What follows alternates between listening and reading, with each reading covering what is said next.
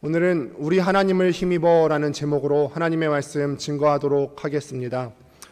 위대한 의사고 또 신학자고 선교사였던 슈바이처 박사가 이런 얘기를 한 말이 있습니다. 믿음의 부모, 스승이 되는 사람들이 마음에 또 품고 귀 기울여서 들어야 하는 말인데, 아이들은 세 가지 방법을 통해서 그의 인생 가운데 배운다고 합니다. 첫 번째로는 본보기입니다. 두 번째로는 본보기입니다. 세 번째로는 무엇일까요? 본보기이죠. 아이들은 본을 보고서 배우며 자라납니다. 정말 유명한 신학자요 의사로 존경을 받는 슈바이처 박사가 한 말입니다. 아이들은 본보기를 통해서 배웁니다.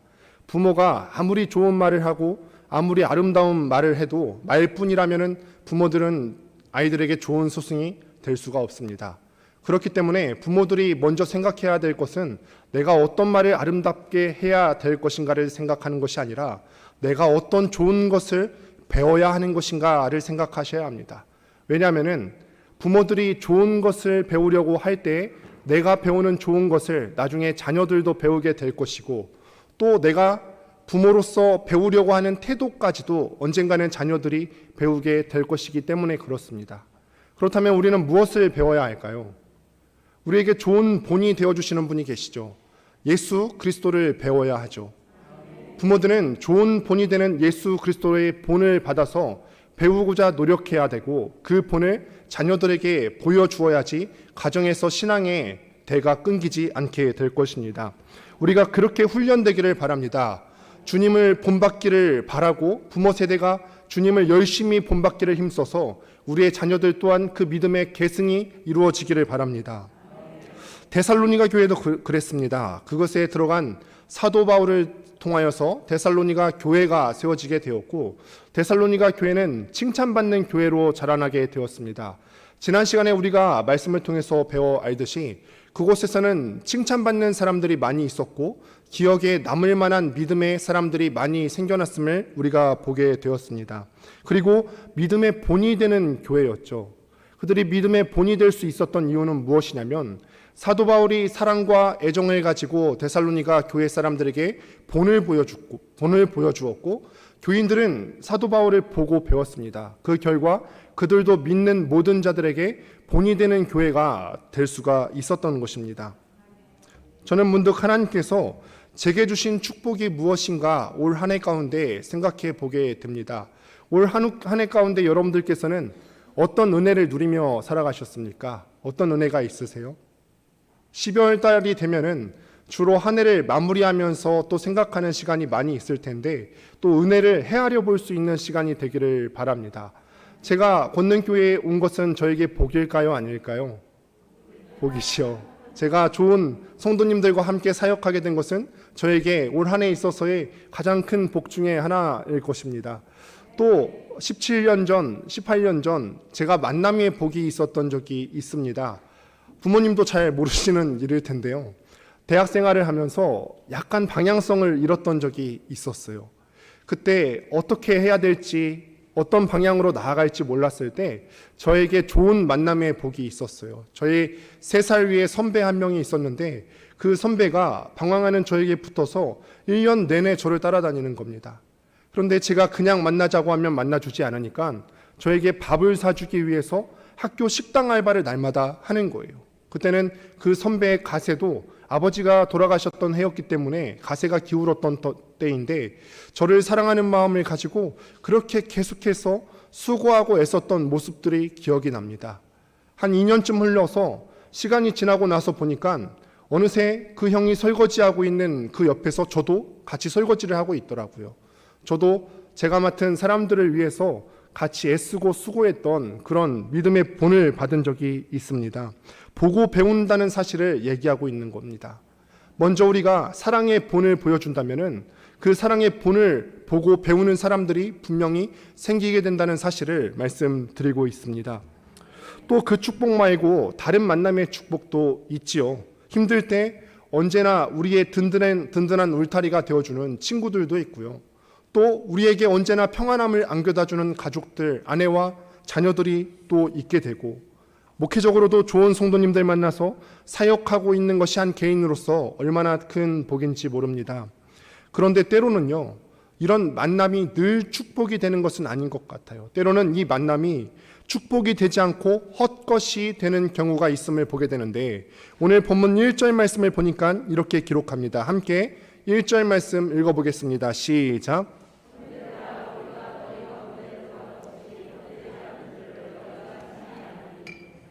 만남이 헛것이 되지 않고 축복의 은혜로 우리에게 다가와야 되는데, 때로는 그 만남이 헛것이 있다는 것입니다.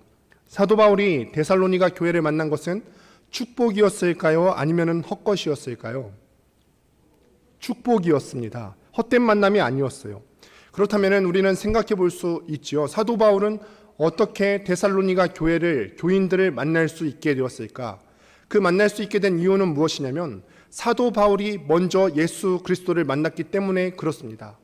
예수 그리스도를 만나고 나니까 예수님을 만난 것이 너무 좋은 거예요. 이거를 전하지 않고서는 내가 견딜 수 없는 상황이 된 것이죠.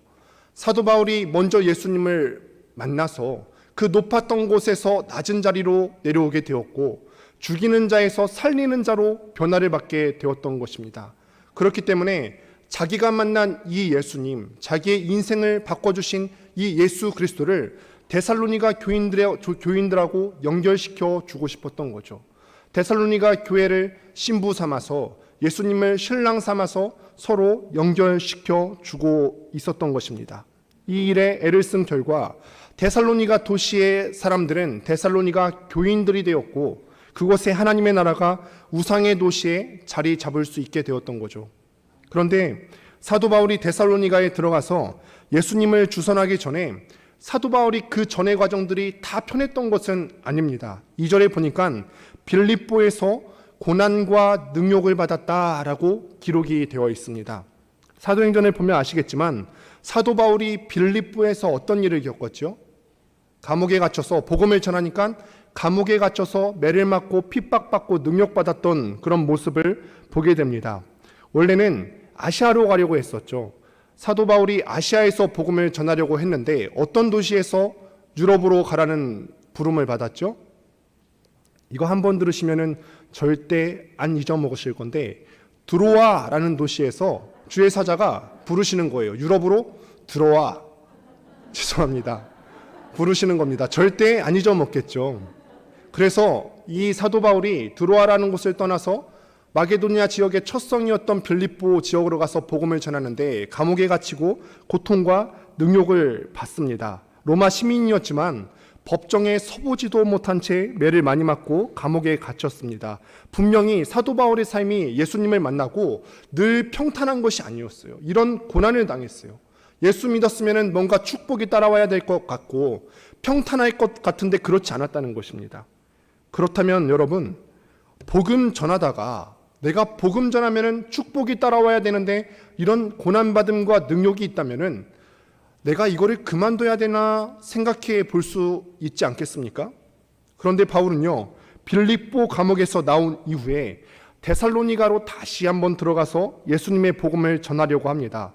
무엇이 이 사람을 이렇게 바꾸었을까? 내가 예수 이름 전하다가 핍박과 고난을 받게 되었는데 이쯤 되면은 예수 이름 전하는 것을 그만둬도 아무도 뭐라고 하지 않을 텐데 왜 그렇게까지 사도 바울이 복음을 전하는 자로 바뀔 수 있었을까? 본문 2절을 함께 보도록 하도록 하겠습니다. 함께 읽습니다. 시작.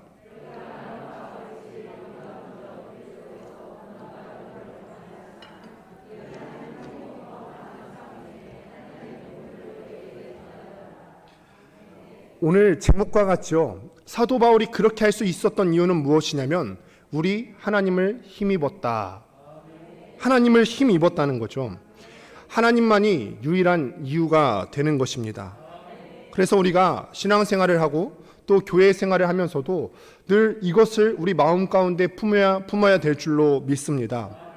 이상하게 다른 지체들하고 같이 있으면 갈등이 있는 것 같고 잘 맞지 않는 것 같습니다. 내가 다음 세대 부서에서 주일학교로서 교사로 봉사하고 그러는데 여러 가지 모습으로 공동체를 섬기고 있는데 다른 사람들이 나를 인정해 주고 있는 것 같지 않습니다. 자꾸 내가 교회에서 섬기고 봉사하는데 봉사의 동력이 떨어져요. 힘을 잃습니다. 그 이유는 무엇이냐면 하나님을 힘입어서 하는 것이 아니라 사람을 보고 해서 그렇죠. 목회자도 마찬가지입니다. 앞에서 서서 설교를 하면은 아무리 설교해도 목석에다 대고 설교하는 것 같고 성도들이 별 반응이 없는 것 같아요. 아무리 애를 써도 저 사람은 정말 회복해야 되는데 회복해야 할 사람이 회복되지를 않습니다. 그러면 목회할 때 힘이 날까요? 안 날까요? 안 나죠. 사람을 목적으로 한 사람들은 다 똑같다는 거예요. 내가 무언가 인간적인 욕심을 가지고 여기에다 대고 힘을 주어서 하면은 실패를 반드시 경험한다는 것입니다. 그런데 사도 바울은요, 자신이 그렇게 매를 맞고 옥에 갇혔음에도 또다시 데살로니가로 가서 예수를 전합니다. 자신이 이전에 그렇게 매를 맞았던 이유가 되는 것이 예수 그리스도를 때문인데 또 전하는데 그 이유가 뭐냐면은 하나님을 힘입었다는 것입니다. 우리가 연습해야 할 것이 있죠. 이제 히터를 꺼주셔도 될 것 같은데요. 우리가 연습해야 할 것이 무엇이냐면 우리의 매일의 삶 가운데서 하나님을 힘입는 연습을 해야 된다는 것입니다.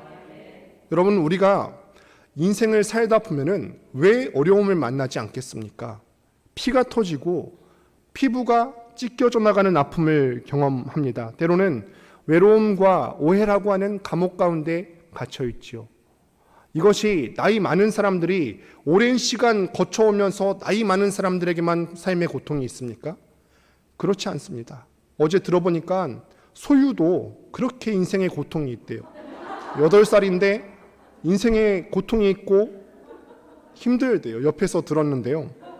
나이가 적거나 많거나 할 거 없이 모든 사람은 태어나면서부터 고통을 겪어가면서 살아가고 있는 거예요. 나는 더 이상 못 견디겠다, 못 참겠다 하는 상황을 만납니다. 이게 우리의 인생이죠. 그럼에도 불구하고 사도 바울이 한 고백을 잘 기억하시지요. 하나님을 힘입었다. 오늘 이 시간에 그래서 우리가 마음속에 하나님 앞에 한번 여쭤보시죠. 내 속에는 내밀하게 하나님을 만나고 하나님께서 주신 힘을 의지한 경험이 있는가?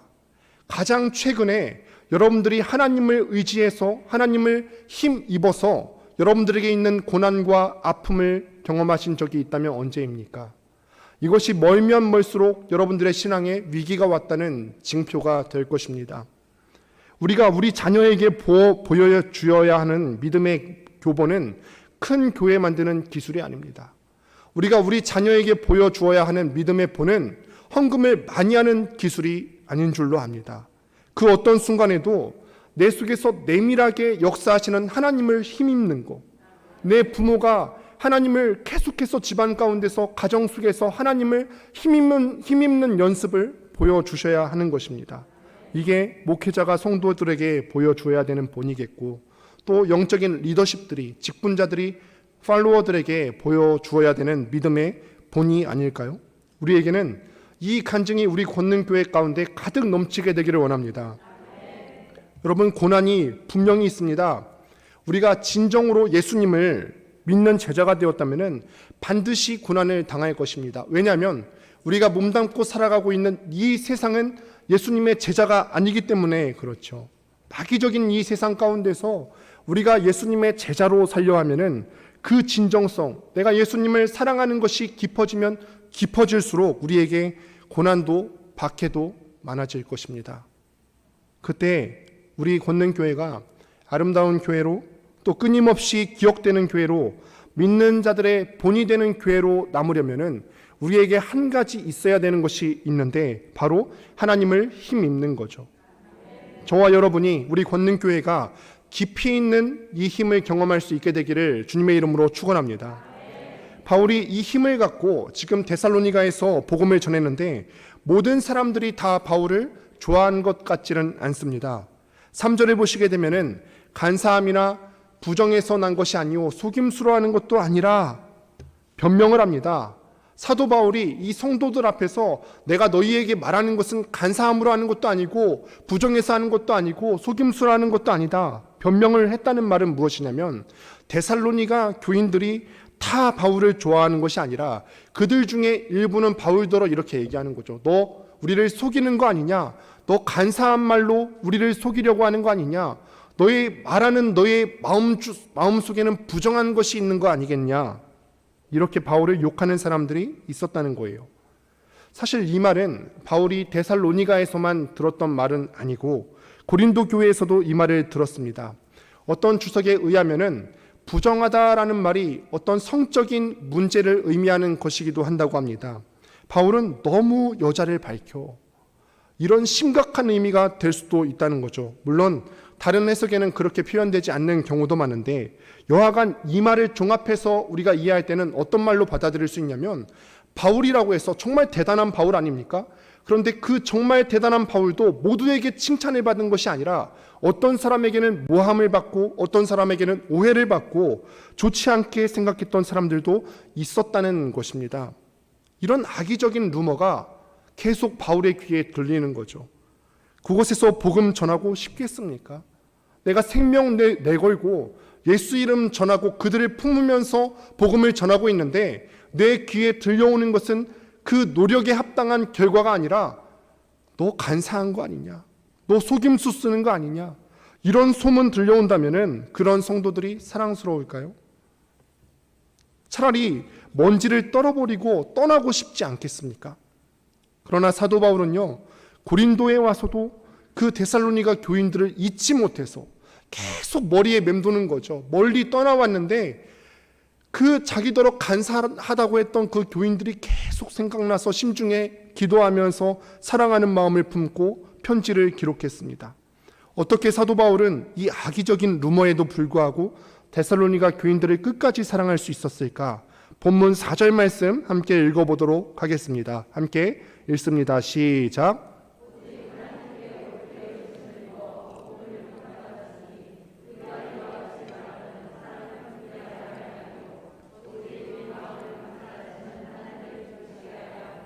하나님을 기쁘시게 하려 함이라. 아멘입니다. 간혹 교회를 섬기는 데 있어서 사람을 기쁘게 하려는 사람들도 있습니다. 우리가 봉사를 하는데 하나님은 안중에도 없어요. 우리가 교회에서 섬기고 봉사하는 이유는 복음이 전파되게 하려 함이고 또 사람을 섬기고 주님께서 기뻐하심을 위해서 봉사하는 것인데 하나님은 안중에도 없고 나 자신을 기쁘게 하는 말, 사람들에게 설득력 있는 말, 이런 말만 찾아서 하고 다른 사람들에게 인정을 받고 싶어하는 사람들이 있습니다. 사람들의 칭찬을 기대하는 분들이 다른 교회에 계십니다. 만일 그들이 나를 향해서 너를 속이는 자야, 너는 간사한 자 같아, 사람의 인정을 기대하는 사람에게 이런 소리가 들려온다면 이런 사람들은 얼마 버티지 못합니다. 왜냐하면 사람들의 인정을 받을 것을 기대하고 열심히 봉사했는데 너는 속이는 자야, 너는 간사한 자야, 어떤 내면에 강력한 힘이 없는데 그런 소문에 견딜 수 있겠습니까? 내가 사람들의 인정을 받을 것을 기대했는데 기대한 것과 다른 결과가 나올 때 버틸 수 있겠습니까? 사람을 보고 사역하는 사람은 내가 기대한 반응이 아니니까 사역할 수 없겠죠. 사도 바울이 이런 악의적인 루머에도 불구하고 계속 그 교회를 사랑할 수 있었던 이유가 무엇이냐? 그의 마음이 오직 하나님을 기쁘시게 하자라는 대명제가 그의 마음 가운데 있었기 때문에 그렇습니다. 사도 바울이 하나님 앞에 옳게 여김을 받고 하나님을 기쁘시게 하기 위해서 끝까지 복음을 전했다고 합니다. 여러분, 이 하나님의 복음이 사도 바울을 계속해서 어렵게 만들었어요. 고난받게 했고 능욕받게 했습니다. 그럼에도 불구하고 사도 바울이 이 하나님의 복음을 전할 수 있었던 이유가 무엇이냐? 그가 이 살아계신 하나님의 힘을 내밀하게 날마다 경험했기 때문에 그렇다는 것입니다. 그럼 오늘 우리도 하나님 앞에 고백해야 하죠. 내가 경험하지 않은 것은 전할 수가 없습니다. 경험하지 않은 것을 전하는 것은 힘이 없을 뿐더러 거짓말이에요. 왜 이 시대 교회와 교인들이 전도하지 못할까? 세상이 복음을 받지 않을 만큼 너무 안티적인 세력들이 많아서 그럴까요? 전도지나 전도 프로그램이 없어서 그렇습니까? 물론 이 코로나 시기에 교회에 대한 인식이 안 좋아지긴 했습니다. 그러나 이것이 결정적인 이유는 아니죠. 사도 바울 때는요, 전도지도 없었고 전도 프로그램도 없었다는 사실을 기억하셔야 합니다. 온 세상은 우상의 문화가 찌들어 있었고 지금보다도 더 타락한 문화 가운데 세상이 찌들어 있었습니다. 왜 우리는 내가 있는 직장에서, 내가 있는 가정에서, 내가 있는 학교에서 믿음의 삶을 보이지 못하고 있을까? 우리의 삶이 너무 바빠서 그렇습니까? 아니면 내가 양육받고 싶은데 가르칠 사람이 없어서 그렇습니까? 그렇지 않죠. 아무리 바빠도 자기 취미를 즐길 시간은 다 있지 않습니까? 그리고 마음만 먹는다면 언제든지 우리는 인터넷으로 찾아서라도 잘 번역된 성경을 볼 수가 있고 교회에서 양육을 받을 수도 있습니다. 결정적인 것은 무엇이냐? 우리가 바울이 아니기 때문에 그렇죠. 우리 마음속 깊은 곳에 하나님의 복음이 주시는 힘을 경험하는 그리스도인이 없기 때문에 한국 교회가 날마다 힘을 잃어가고 있는 것입니다. 저뿐만 아니라 여기 있는 우리 모두에게 또한 묻습니다. 하나님을 과연 나는 오늘 내밀하게 경험하면서 살아왔는가? 이 3일 동안, 이 한 주도 채 지나기 전에 이 3일 가운데 나는 내밀한 하나님의 힘을 온전히 경험해 본 적이 있는가? 어떤 박해에도 불구하고 복음의 증인으로 살 만큼 하나님을 경험하고 하나님으로부터 오는 힘을 여러분들께서는 경험하고 계십니까? 그 경험이 우리에게 있게 되기를 원합니다. 그래서 끝까지 우리가 복음을 전하고 힘있게 인내하며 살아갈 수 있게 되기를 원합니다. 사도 바울이 이렇게 나는 하나님을 기쁘시게 하기 원해. 나는 어떤 가운데에도 복음을 전하기 원해. 아무리 떠든다 할지라도 무서운 말 한 가지가 다음에 나오게 되는데 5절에 이렇게 기록을 합니다. 5절 말씀을 함께 읽습니다. 시작.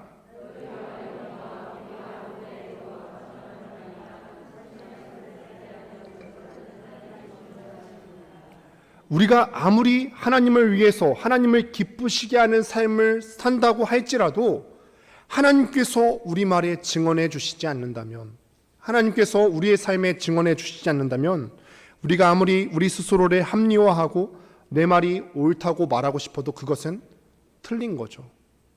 간혹 교회에서 목소리를 높이는 지체들이 있어요. 그 전에 우리가 진중하게 하나님께 먼저 물어봐야 하죠. 하나님이 나의 삶과 나의 발언과 나의 행동에 대해서 증언하시겠는가?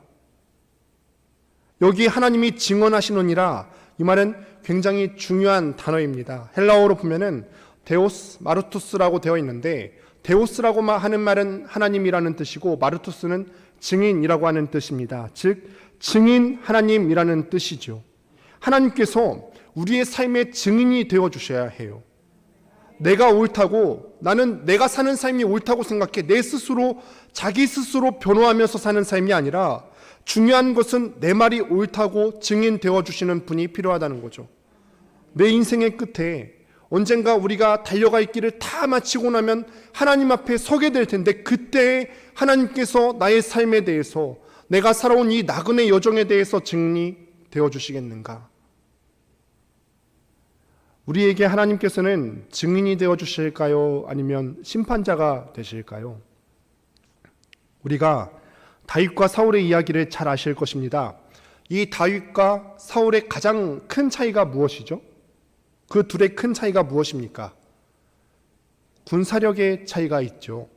다윗은 혼자 도망갔습니다. 그러다가 억울하고 눌린 자, 가난한 자, 이런 사람들이 400여 명이 모여서 무리를 형성하게 되었습니다. 그러다 더 도망다니다 보니까 사람이 조금 더 늘어났어요. 그래서 600명의 군사들이 모이게 되었어요. 그런데 사울은 전 이스라엘의 정예 병들을 다 동원할 수가 있었습니다.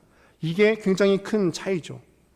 이게 굉장히 큰 차이긴 하지만 결정적인 차이는 아닙니다. 다윗과 사울의 결정적 차이는 무엇이냐면 하나님이 누구의 증인이 되어 주시느냐의 차이죠. 도망자였지만 하나님은 언제든지 다윗의 증인이 되어 주셨어요. 반면에 온갖 군사력을 다 가졌고 왕위까지 가졌지만 하나님은 사울의 증인이 되어 주지 않으셨습니다. 도망자였으나 하나님은 증인이 되어 주셨고 왕이었지만 하나님은 그에게 심판자였던 거죠. 이것이 중요합니다. 하나님을 기쁘시게 하겠다, 오직 하나님을 기쁘시게 하겠다고 결단하면은 하나님께서는 그 기쁘시게 하겠다는 우리의 마음을 보시고 이 세상에 오직 나밖에 없는 것처럼 나의 삶의 증인이 되어주실 것입니다. 반면에 우리가 복음을 왜곡시킨다면, 내가 하나님을 기쁘시게 해드리는 삶이 아니라 오직 내 영광과 내 가족의 삶과 나의 안위만을 위해서 산다면 하나님께서는 그에게 증인이 되어주시는 것이 아니라 심판자가 되실 것입니다. 그러니 여러분, 이 말씀을 오늘 무겁게 받아들이셔야 합니다. 과연 우리가 살아가고 있는 이 삶에 대해서 우리는 그냥 아무 생각 없이 이 3일 동안 살아왔는데, 내가 아무 생각 없이 살아온 이 3일에 대해서 하나님께서는 우리의 증인이 되어주시겠는가? 내가 내 부모님을 대함에 있어서, 그리고 내가 내 교회에서 열심히 섬기는 것에 있어서, 내가 구역 식구들을 대하는 데 있어서 하나님께서 내 증인이 되어주시겠는가?